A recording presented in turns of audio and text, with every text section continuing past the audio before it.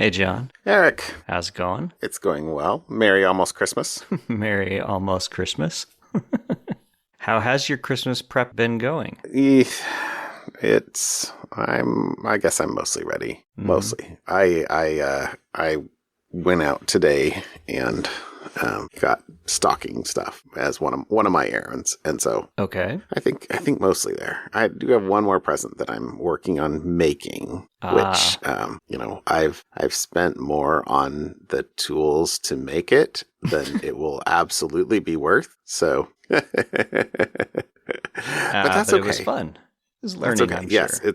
it's learning for me. No, I a couple years ago I did a bunch of turning, Mm-hmm. wood turning. I made pens, but I never really made bowls yet. So I started trying to make some bowls. And I Ah, have got one that I think came out pretty well. I have one that I think that I'm just using they have these carbide inserts for okay. newbies Right. instead of having to have a whole sharpening system and, grinding wheels and all this other stuff that you have to have, which I don't have. So I think that the one carbide tool that it came with, I think is just maybe getting a little too dull. So literally like right before we started getting our notes together here, Amazon is willing to deliver me some new ones tomorrow, evidently. So I took them up on that, and I will see if that's my problem or not. But we'll see. Okay. But yeah, so that is totally I haven't done that for a while. I forgot how much it's so engrossing, and just kind of, I don't know, you zone out and make a lot of shavings. It's awesome. So yeah, that was fun. I've been I don't know. So I have family in town at the moment. My Uh-huh. parents and brother showed up on Monday, and then I don't know that we have a COVID scare where they were planning on going today and then staying up in Tacoma for a few days. So instead, they just went up, dropped off Christmas presents, didn't have contact, Mm-hmm. and then came back down. Mm. Although, and evidently they while they were up there, testing I think is a little bit easier to get up there than it seems to be down here in Oregon at the moment. So they went and got tested, and just so that we have some recent test results before Right. we decide whether or not other people come to holidays that are more vulnerable, Right. even though we're all vaccinated. Yep. The Omicron stuff is definitely around, and so anyway, it's been a very full couple of days, and it's good to see him. Yeah. I've been feeling a little guilty though that I have not been as good as I probably should be, because I totally went and saw Spiderman 4, or not Spiderman 4, sorry, Spider-Man No Way No Home. Way Home Yeah. last Friday night with the family. And why does that make you not good? Well, the movie theater was packed. Oh, really? Packed. Yeah, because we went to an 8 o'clock. Well, I was trying to get tickets. Couldn't I don't know. I was looking at different theaters and showtimes, and then there was this down in Sherwood. There was a showing. I think it was 8 o'clock or so. Yeah. They had 4 relatively decent seats, but the app was being super slow. And so I was like, well, let me see what happens. I click through, blah, blah, blah. And then I saw the charge come through on my credit card. Uh-huh. But I did not get an email. The tickets did not show up in the app. Oh. So I, in the spirit of, I've spent my $56 to go to the theater. I don't know if they'll be there or not. We bundled the kids into the car a little bit early, and I said, well, we may be going to the movies. We may not. I don't know. And we got there, and they were able to look. Thankfully, they were able to look the purchase up. The manager behind Right. the popcorn counter was able to look it up by email. And I was like, you having some app problems tonight? He's like, yes, we are. Very, very resigned. Clearly, I was not the first person to do that. So, did you have a chance to see Spider-Man? We did. We went to a noon showing on Monday. Oh, and okay. so the theater was not packed. There were, I would say, maybe 20% full.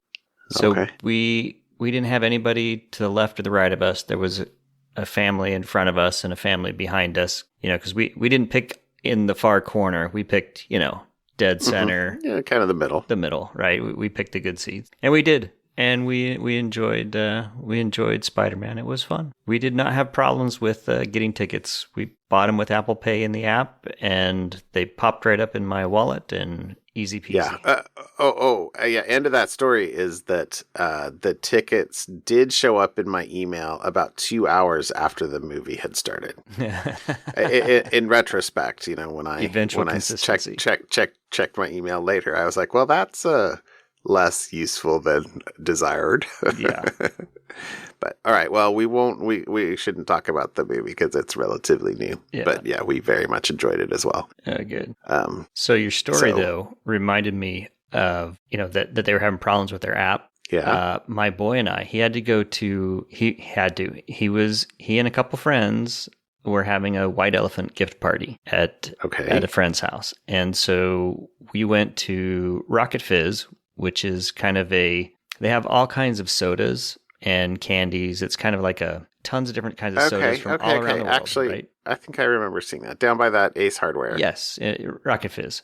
And they have flavors of sodas like black licorice, mustard, dirt. Ooh. They have, and that's what he wanted to give for his white elephant gift. Okay. These are the every flavor beans. Yes. From Harry Potter. Yes, in soda form. Okay. So that's what he wanted to take to his white elephant, which is a great white elephant gift. That seems like funny. A very good white elephant gift. Especially for a 15-year-old boy. Oh, totally. So, yeah. Here, have some dirt soda. That's right.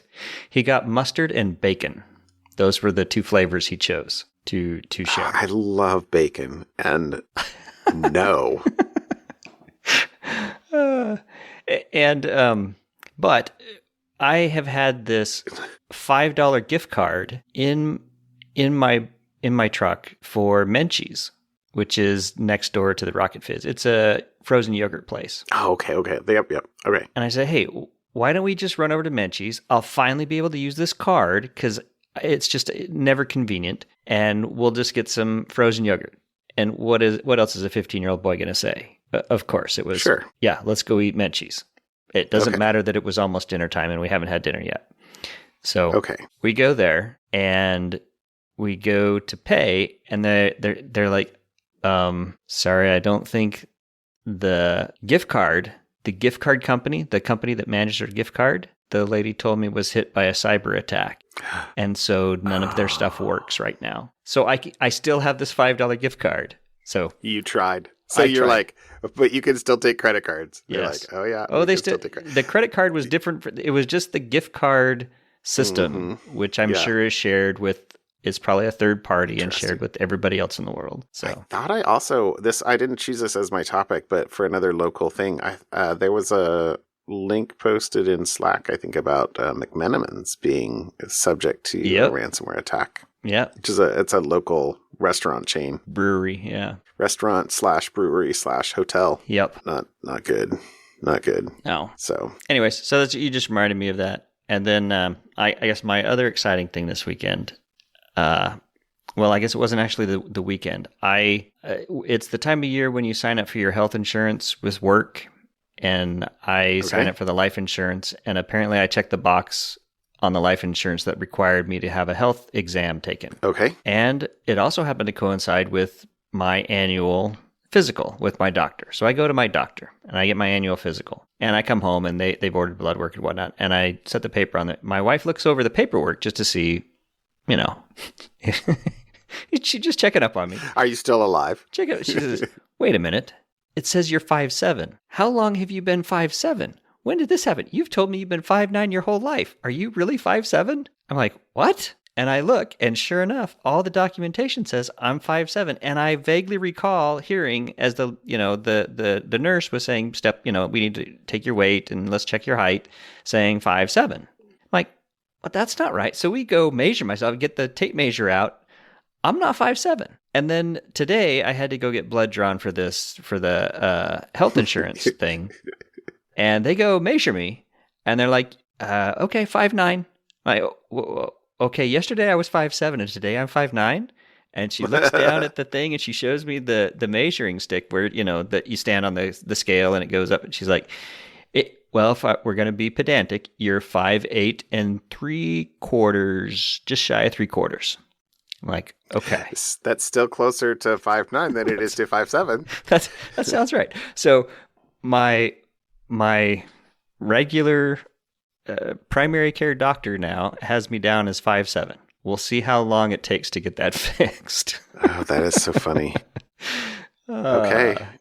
Sorry, stuff. dude. Good stuff. You're like, right. An inch here, an inch there. Yeah, who cares? That reminds me of kind of a tongue-in-cheek thing that I heard or read at some point. But there's lots of I think even data, but about like tall people have advantages in workplaces and stuff like that. Yes. And if everyone's remote, who cares? Who cares how tall you really are? Yeah. Right? Right? Exactly. I don't know. It was like a tongue-in-cheek thing of, oh, I'm so sorry for all the tall people for no longer being able to be in person, and It doesn't matter, or something, something along those lines. I don't That's know. Right. Because everybody looks the same height on a Zoom call. All these micro inequities. Yeah, totally. Yeah. All right, dude. All right. I initially threw my topic up in follow-up, and then I was like, it's a topic. So I'll talk more about Log4j in a little bit. How about you? What'd you bring me tonight? Well, we've talked a number of times, not so much recently, but earlier we had talked about Bitcoin or cryptocurrencies in general and how it gets stolen and how it's so easy to get stolen because if someone knows the key, all they need to have is a key and that, they have your $100 million or whatever it is. There was an article in Bleepy Computer about a FBI helping recover $154 million in Bitcoin. And I thought, ooh, hey, the FBI is helping recover $154 million in Bitcoin. Turns out it's not just that. This one was from we'll call it a malicious insider for the Sony life insurance company who basically diverted $154 million in funds to a bank account he controlled and then immediately converted that bank account and bought 3,879 Bitcoin via a Coinbase automatic transfer kind of thing and moved it to an offline cryptocurrency cold wallet. So not only did he have, this person have the, what's the right terminology? The guts, the brass to steal $154 million in cash, US dollars, or, the equivalent in, not cryptocurrency, turn it into cryptocurrency, and then send the Sony life insurance company a note basically saying, you're not getting it back. Tell the FBI and tell third parties, and maybe I'll give you some back. Maybe hoping Bitcoin would go up in the few days that it was in the cold wallet and return the 154 million and then pocket the extra, whatever it went up. That could, yeah. But turns out that the FBI actually raided the guy's house in conjunction with Japanese law enforcement and was able to seize the entire Bitcoin wallet and then get the private key, and transfer all the Bitcoins to FBI's Bitcoin wallet. And then the FBI returned the money to the life insurance company. So I it's an should have story. Thought of the fact that the FBI has, I'm sure they have more than one, but that I find that to be I'm sure lovely. As part of their charter of protecting money. Cryptocurrencies are becoming an important tool in their tool chest. Yeah. Yeah. So that it was an interesting article. That was my first article, and my second one is on a honeypot experiment, and this is a 3-year honeypot experiment on simulating low interaction IoT devices of various types and locations to find out what bad actors are actually targeting IoT devices for. So they basically created, the researchers basically created a couple honeypots types, a camera, a pretend camera, and a pretend, device, and set them out on the internet to see what they got infected with. And they basically got infected and targeted for DDoS recruitment and the Mirai botnet, so they could be used as botnets.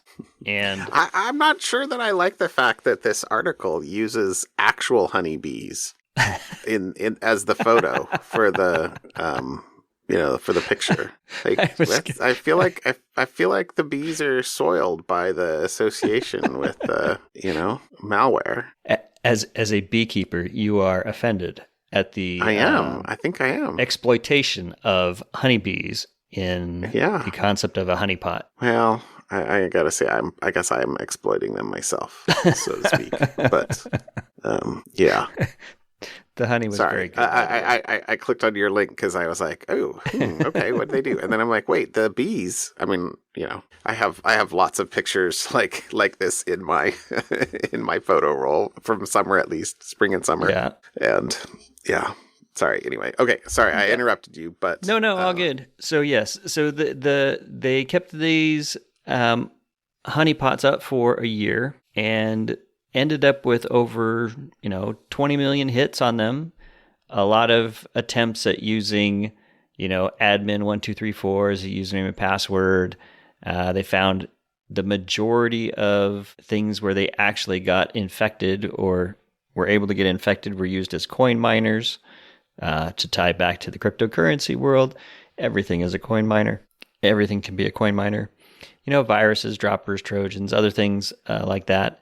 Mm-hmm. And then at the end of the article, they mention hey, here's how to prevent hackers from overtaking your IoT devices. And some of I take a little bit of issue with a couple of them. Right. So the first recommendation they give is change the default account to something unique and strong. Excellent advice. Never leave your IoT devices with the default username and password. Laws in California now prohibit that from even being a case, etc. Uh-huh. Right. Set up a separate network for IoT devices and keep it isolated from critical assets. People who are using IoT devices don't know how to parse that sentence. The majority of people don't. Correct. I do. You do. Someone who's relatively computer literate kind of might be able to understand it, but most people probably don't know how to do that. So I don't know how helpful that is. I'm not sure how practical it is in the first place. It's probably more like set up a separate network for a critical asset and leave it alone, as opposed to, hey, the dingus in a tube over here. Like, how is it supposed to control all the other IoT devices if it's not on the same network? Right. And, I don't know. Well, hey, by the way, I'm sorry for turning on all the lights in your house the other day on that work call. That was actually quite funny. It wasn't all the lights in the house. It was just, I think you said, turn on the upstairs lights. My office is in the basement. It was an early morning call. The upstairs lights were around people who were still asleep or just getting up. So it didn't bother me any. But that's so funny. A certain person I live with came down and said, "Did you turn all the lights on this morning?" And I said, "Nope, I certainly did not. I don't know what happened." Did you? Oh, you did? You didn't throw me under the bus? You should have. I totally threw you under the bus. Oh, okay, good. And good. She thought it was funny. But yeah, so setting up a separate network, probably not something the average person could do. I think if you're somewhat understanding how your router works, maybe your router has a guest network and a main network. Maybe you might consider putting all your IoT devices on a guest network depending on how, like you said. But hey, if you want to ask your devices, or you have those cylinders around the house or tubes around the house that you want to ask a question to, they may not be able to do it if they're not on the same network. But the other one that I think was good is make sure that you apply any available firmware or other security updates as soon as possible. That's just keep track of your IoT devices. Check in on them, log into them. They usually have hey, I need to update. A lot of them nowadays automatically update themselves, but some of the older ones don't. And typically if you log in, most of them are probably run by an app on your phone. Log into the phone and there's like check for updates, and you can run updates. That's easy enough. And then the last one, which is completely the last one is actively monitor your IoT devices and look for signs of exploitation. How does anybody who's not a security expert do that? So 2 of the 4, great advice, easy advice. 1 is kind of you got to kind of, the 2 are probably, what would you call it? Beginner level. Then there's an advanced level. And this actively monitor your IoT, that's an expert level. So while it's interesting advice, helpful advice, 2 of the 4 there are really not that helpful for the average person. So I wish there was something better we could do, or better we could offer people here. Anyways, those are my 2 articles. Honeypots, I thought it was funny. I did the picture of the honeybees is what caught my eye this week. And I thought, John will like that. So there you go. Those are my 2 articles for this week. That is awesome. All right. So minor intermission. I'm pretty sure 3 of my colonies are dead. Aww. I'm pretty sure I've got 5 that are still alive, but that 3 of them are dead. It's too cold. I can't open them up or anything like that. Which is interesting math for me, because I thought you had 7, and 5 plus 3 is 8. I have 8. I have 0 through 7. Did I say like colony 7 at some point? I just thought I remember you saying. I don't know. Because you started with 5, and then you went and got. I could go back and listen to the podcast. It's B math. Yeah, it's B math.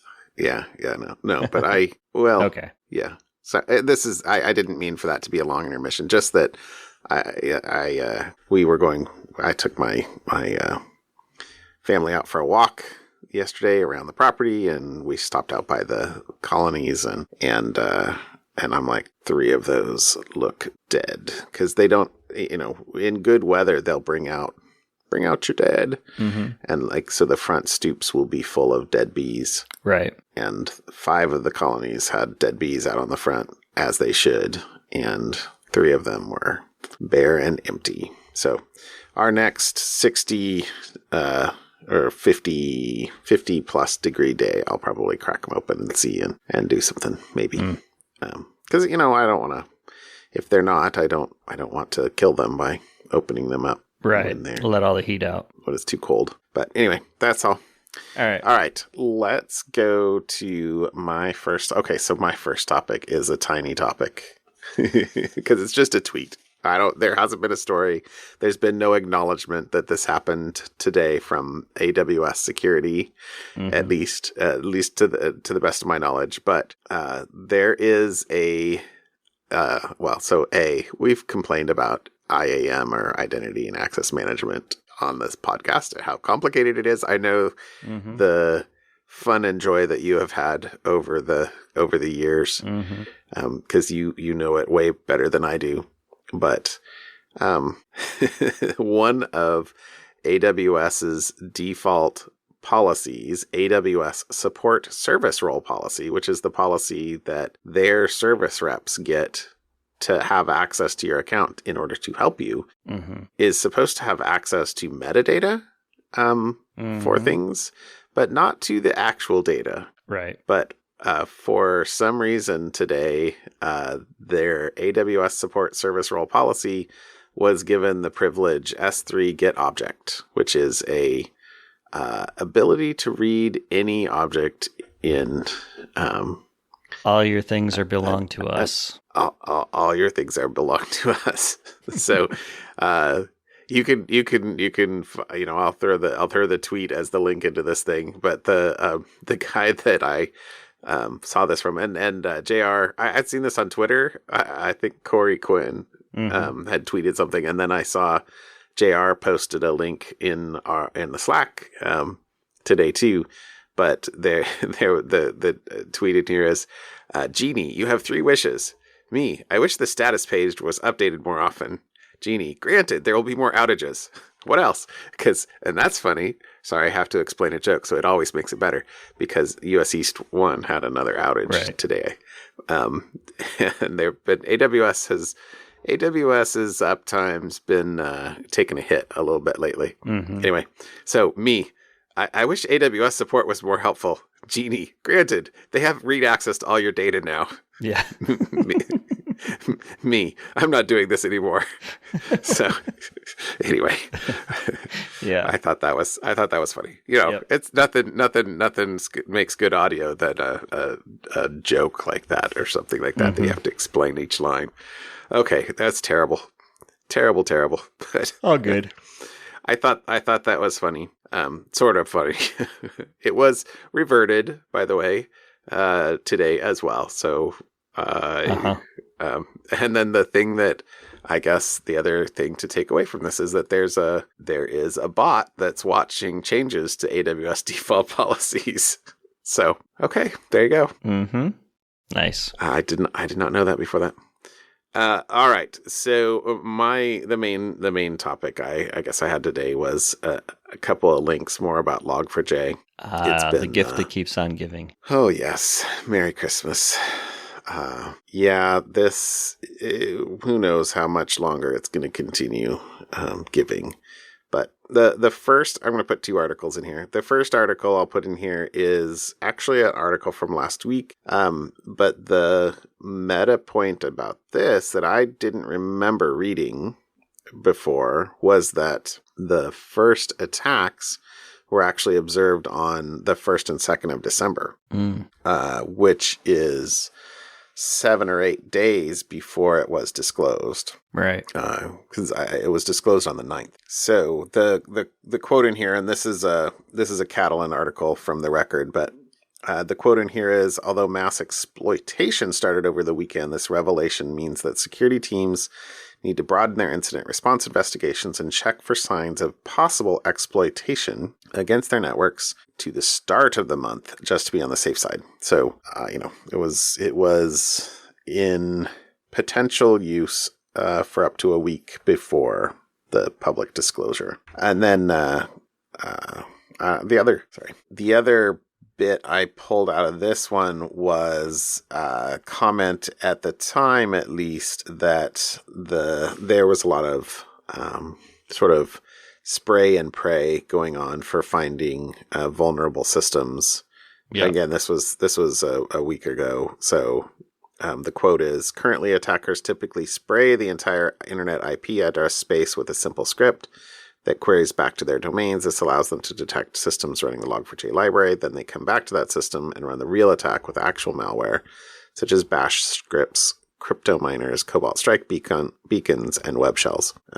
So anyway, that the main data point out of that was exploitation for a week earlier than previously disclosed. Yeah, but in the spirit of the season, the gift that keeps on giving, there's a new version as of a couple days ago of Log4j 2.17. So we started with everything under 2.14 was vulnerable. So they did a hurried patch. 2.15. Whoops, missed one thing. Missed something. 2.16. Oh, now here's another one. 2.17. So the quote out of this article, so this is a ZDNet article that we'll put in here, but there was a discussion about Log4j has dominated conversation all week. Yep. CISA released multiple advisories mandating federal civilian agencies in the U.S. apply patches before Christmas. So that's actually using that same thing we talked about a couple of weeks ago. Their ability to make requirements for other agencies. Where was I? While several major tech companies like IBM, Cisco, and VMware have raced to address Log4j vulnerabilities in their products. So this particular item, the new wrinkle, I guess, is that there is a way to do a denial of service using Log4j. And, the the point, I guess, I would want about this is not that, oh man, this is really buggy. It's that there's a lot of eyes on this right at the moment. There's a lot of eyes. Yeah. So this probably hasn't gotten this much scrutiny in ever before in its life. But no, it's a very dull logging library. Why would anybody care? Right. Oh, you would think. You would think. But, if you do think like a little bit more about it, or at least if you're a developer, like what's something that you're doing with logging is you're doing lots of token substitution. Yeah. String manipulation, inserting things in, which means, lots of, even if you weren't doing the stuff that it is like, going and resolving URIs and pulling down classes and automatically executing them. There's still lots of string manipulation, buffer manipulation, maybe to treat it a little bit more generally in a logging library. So yeah. So the first quote out of this is Apache said version 2.16, which is the last one from last week, does not always protect from infinite recursion in lookup evaluation. So they gave it a CVSS of 7.5. So that's as opposed to, I think, the 10 from previous. But here's the more detailed quote is, Apache Log4j 2 versions 2.0 alpha 1 through 2.16 did not protect from uncontrolled recursion from self-referential lookups. When the logging configuration uses a non-default pattern layout with a context lookup, for example, $CTX login ID, attackers with control over thread context map, and I don't know what that is, but it says input data. So presumably what it'll pull the context out of, can craft malicious input data that contains a recursive lookup, resulting in a Stack Overflow error that will terminate the process. So what I assume that means, and I'm not an expert in this particular thing, but I assume that they basically are then doing two variables that point to each other and cause it to look up. So, right. Context login ID is going to go look up the login ID out of the context. And so you go to login ID and you say, hey, go look up, we'll use your and my name. We'll go look up John ID, and John ID says look up contact ID, or John ID says look up Eric ID, which says look up John ID, which says look up John, Eric ID. It just basically create a loop. Mm-hmm. And back to the quote here. It results in a Stack Overflow error. I bet more people these days know about Stack Overflow, the website, than know about Stack Overflow errors. Sorry. That makes me sad. That was an unhappy thought that I just realized myself. Okay. Anyway, sorry.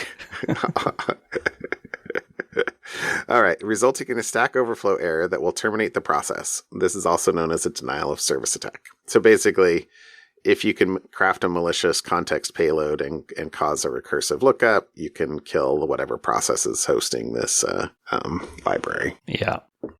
So let's see. So that was credited to a researcher from Akamai and an anonymous vulnerability researcher. Okay. So that's mostly the interesting thing. There was one other interesting bit in this article, though, which is a little bit about the impact of Log4j. Right. So, Google released a security report on Friday where Open Source Insights team members James Wetter and Nikki Ringland said they found that 35,863 of the available Java artifacts from Maven Central depend on Log4j, or depend on the affected Log4j code. So evidently that is more than 8% of all packages on Maven Central that have at least one version that is impacted. And then this kind of puts that in context. Okay, 8%. It says the average ecosystem impact of advisories affecting Maven Central is 2%, with the median less than 0.1%. So this is a big deal. Yeah. So there's a few... if the median and the average are that different, that means that there's a very, very, very long tail with a few, a few really big things. And this is clearly one of the biggies. More than 8%. That's a lot. So, sorry, I didn't actually pull this out to you, but there was a comment in there that in the last couple weeks, 5,000 or so of the 35,000 known have had an update, but that still leaves a lot to go. Yeah. So there you go. There's the Log4j update, and I don't know. Is this the final shoe to drop? Now we just gotta wait for the whole race to be run. I don't know. Knock on wood somewhere. We'll have to see. All right. All right. How about something fun tonight? Well, my something fun is back to space. Mine is too. We talked about the James Webb Telescope. We talk about space a lot. I'm going to set my alarm this Saturday. When's Christmas Eve? Saturday. Yes. Yeah. For 4 a.m. is my plan. You're trying to catch Santa. I'm gonna try and. No, he'll come the next night. No. That would be really bad if I did the night after. No. But I want to watch it live if I can. So and okay. My younger boy said, "Oh, you can try and wake me up." You can try and wake me up. I can try and wake you up. What is that? What does that actually mean? He's like, "Well, try and wake me up, and if I want to wake up, then I'll watch it with you." And I'm like, "Do you want to wake up?" He's like, "I don't know yet." Like, all right, well, I guess that's fair. Well, all right, I'll try. Anyway, all right. So yeah. I totally again. I'm like the king of distraction tonight. But okay. So National Your Geographic thing is about space. Has an article about the one of the biggest puzzles in modern astronomy. Based on all the math and all our expertise, we are now discovering that the universe is flying apart, expanding faster than all of our best models of the cosmos predict it should. And apparently this has been accumulating for a number of years, and it's kind of a crisis because all the math says this is how everything should work. So we're now discovering that it appears the universe is not matching our doesn't cooperate with our understanding of math, and it comes down to anyways. The article is pretty long and talks about a lot of different bits, and this is how the Hubble constant, how we estimate the age of the universe ever since the Big Bang, and the way the Hubble constant works. And one of the cool things that is a second click down if you go to this article. If you're interested enough in this article, you have to click on the model that predicts many of the universe's properties with spectacular success is known as the Lambda Cold Dark Matter model. So you just got to go read about the Lambda Cold Dark Matter model, if I can say it. Anyways, it's a fun read as well. So it basically predicts that the universe should be expanding at a rate of 67 kilometers per second per megaparsec.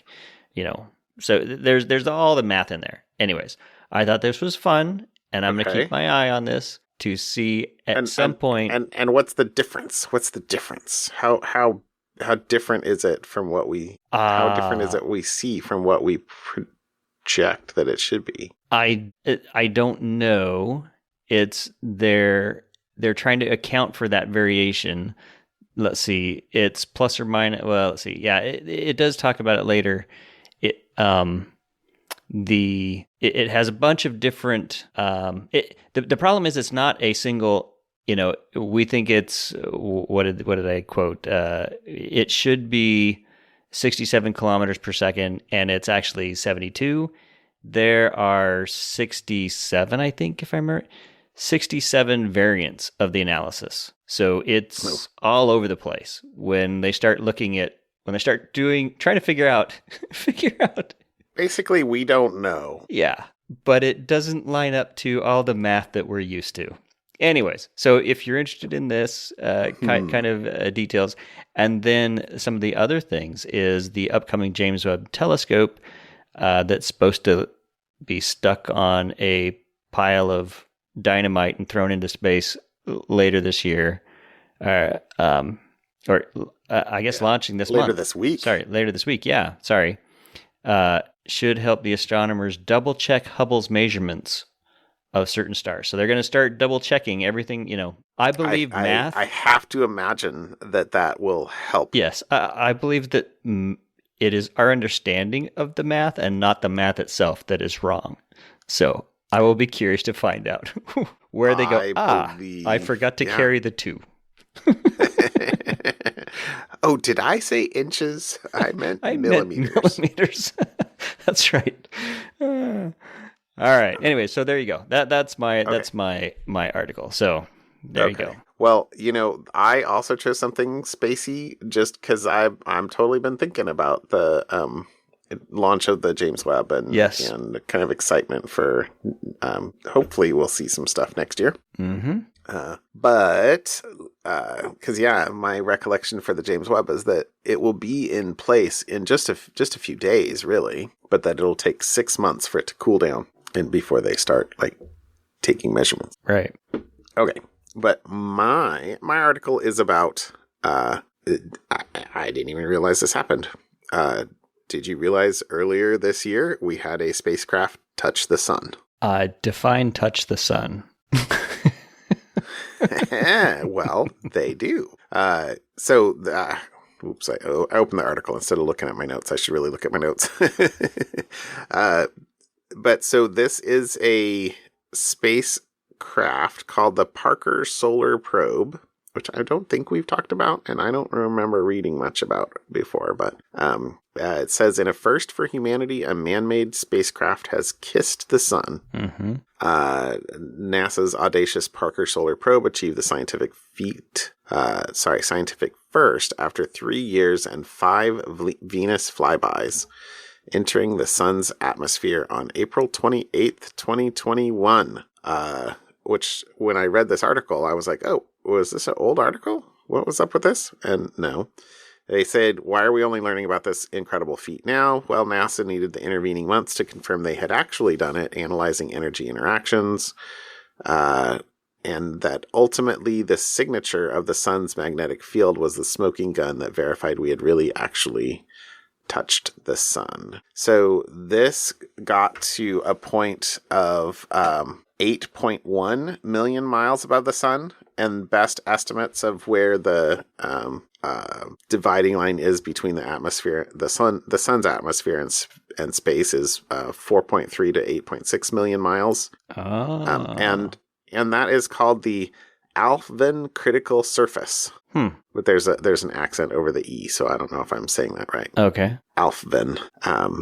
That's, I don't know. There's like a mushroom ring there or something like that. How did it not blow up? How did it not melt? Because it's intended to go even closer. Let's see. Oh, I'm sorry. I read the wrong number. It says at its closest approach, the probe came within 6.5 million miles. And eventually, after another couple Venus flybys, it's going to get as close as where's the number? I thought it was 3 point something. Oh, well, maybe I didn't pull out the number. I feel like we've talked about something similar in the past. I probably can too. Anyway, but how did it withstand the heat? It can withstand temperatures up to 1.8 million degrees Fahrenheit with that's pretty hot. A shield of carbon bricks. Wow. So it says Parker wasn't just designed to come near the sun, it was designed to enter its atmosphere to settle the mystery of why the upper reaches of the corona are hotter than the surface of the sun. To do that, the probe was outfitted with a shield of carbon bricks designed to withstand the unfathomably searing temperatures up to 1.8 million degrees Fahrenheit. And then it says, to reach the sun, the probe will go through a total of 7 Venus flybys, which that's what I'm pretty sure we talked about doing Venus or Mercury flybys. Anyway. Yeah. which act like gravity slingshots to drop it close enough to the sun to get inside the atmosphere. A flyby in January will bring the craft within the corona again, and the next Venus flyby is slated for 2023. So, wow. Anyway, Cool. I thought that was cool. There's pictures and stuff in the article, but they didn't really look super cool. So I don't know. Black and white abstract photography. It's hard to actually see what is, they call them pseudo streamers, right? But I not being a solar researcher or astronomer or knowledgeable about anything other than going up and knowing don't look at the sun. I don't know what I would be supposed to be looking at in these things. It's all good. Yeah. Anyway, but okay. So, in what is today? Today is the 22nd. So in 2 more days, the James Webb. When we speak next week, we will know whether or not it exploded on takeoff or not. Let's hope not. Fingers crossed. Let's hope not. Yeah. Yeah. All right, dude. Well, have a happy holiday. You too.